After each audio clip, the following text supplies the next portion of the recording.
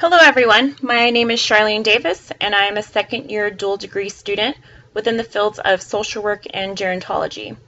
I just recently transferred from UPC to continue my education at the San Diego Academic Center for on-ground social work classes and online gerontology classes. Since I was not able to introduce myself before, I just wanted to provide you with a little bit of a background. I was born and raised in San Diego, and I am an alumni of San Diego State University. While at San Diego State, I was a research assistant in the Lifespan Human Senses Laboratory, which worked with individuals affected by Alzheimer's disease, Huntington's disease, and Parkinson's. Currently, I am interning at Sharp-Reese-Steele Medical Center in the Senior Enhanced Care Management Program, where I will be providing wraparound services to patients 65 years of age and older. So today I will be conducting my presentation on the article, Happiness is Everything, or Is It? Explorations on the Meaning of Psychological Well-Being by Carol D. Reif. I hope you all enjoy.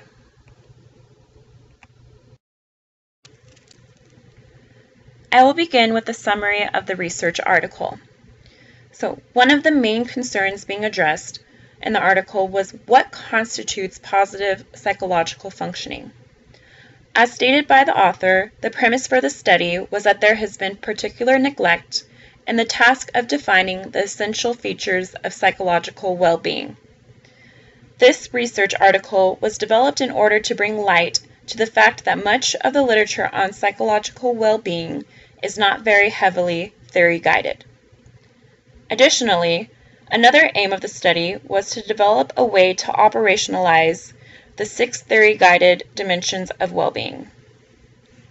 In the preceding slides, I will discuss the old versus new formulations of well-being, the 6 theory-guided dimensions of well-being, and the strengths and weaknesses as well as the statistical findings.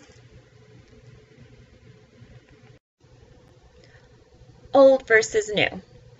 The author begins with a discussion of the current formulations of well-being and compares it to that of the alternative perspectives of well-being or the new approach. As depicted in the article, the current formulations provide little theoretical background or rationale, while the alternative perspectives integrates several theoretical domains in the formulation of well-being. In the current formulation, there is a distinction between positive and negative effect in relation to how it is influenced by social changes. Another difference in the current formulation is that it is grounded by the influence of Aristotle operationalizing happiness, but since then has been questioned for authenticity. In comparison, the alternative perspective includes 6 theory-guided dimensions that can be operationalized. Lastly, the new perspective combines theory-guided dimensions with former indexes of well-being. As mentioned before, a major aim in the study was to operationalize the 6 theory-guided dimensions of well-being. First is self-acceptance, which includes holding positive attitudes towards oneself. Second is positive relations with others, which includes warm, trusting interpersonal relations. Third is autonomy, which includes internal locus of evaluation. Fourth is environmental mastery, which is when individuals' ability to manipulate and control complex environments. Fifth is purpose in life, functions positively, has goals, intentions, and a sense of direction. And lastly, personal growth. Feelings of continued development, see self as growing and expanding.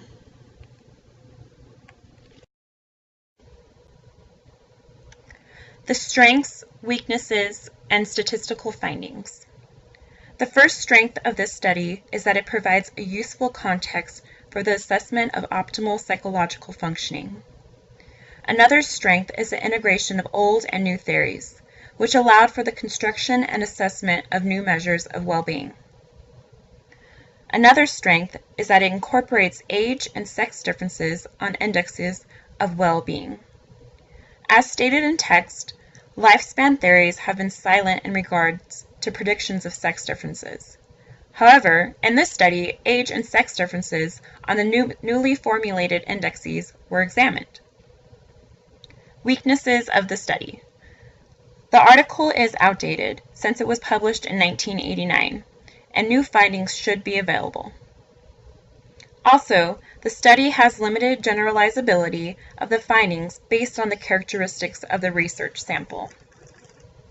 Statistical findings. Key aspects of psychological functioning emphasized in theory have not been represented in the empirical arena.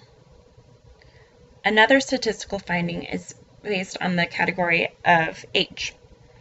As stated in the literature, general age trends revealed higher scores among the middle-aged respondents, who sometimes scored significantly higher than older adults in areas such as purpose in life.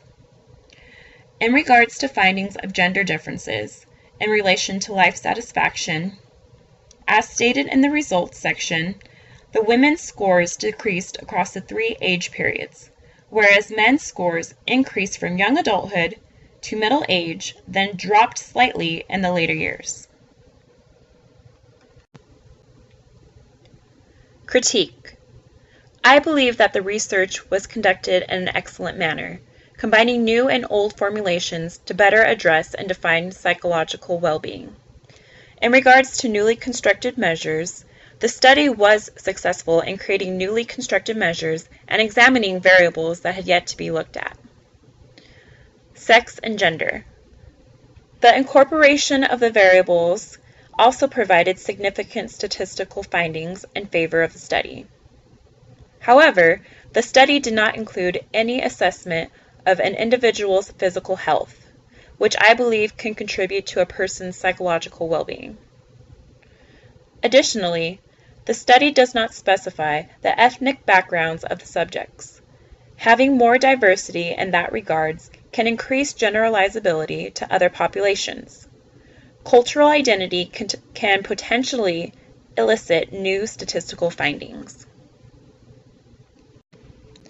Current events, psychological well-being, and caregivers. In a current research article titled "Feeling the Squeeze? The Effects of Combining Work and Informal Caregiving on Psychological Well-Being," the researchers Thomas Hansen and Britt Slagsvold looked into the effects of employment and caregiving for individuals who took care of their parents or partners. This is an important event to take note of, because there is a high possibility that many of us will either work with a caregiver within the field of gerontology or be a caregiver to a loved one. The researchers looked at hours of employment, caregiving, if it was in-house or out of household, and raised the question, does work and caregiving affect well-being? The findings gathered from the study indicate that results may be specific to the Nordic context, due to certain characteristics of the Nordic welfare system.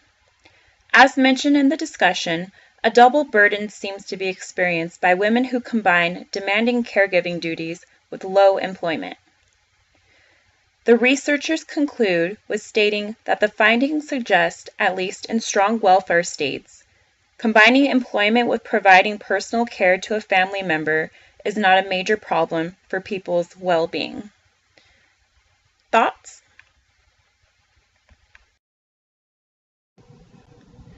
Now I'm proposing a call to action.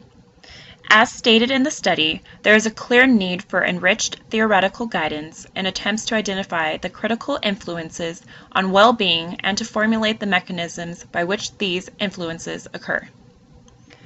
The discussion questions I have for you all are: what additional variables do you feel should be addressed in regards to studying psychological well-being? Can happiness truly be measured? And what is your definition of happiness? Thank you, and I hope you enjoyed.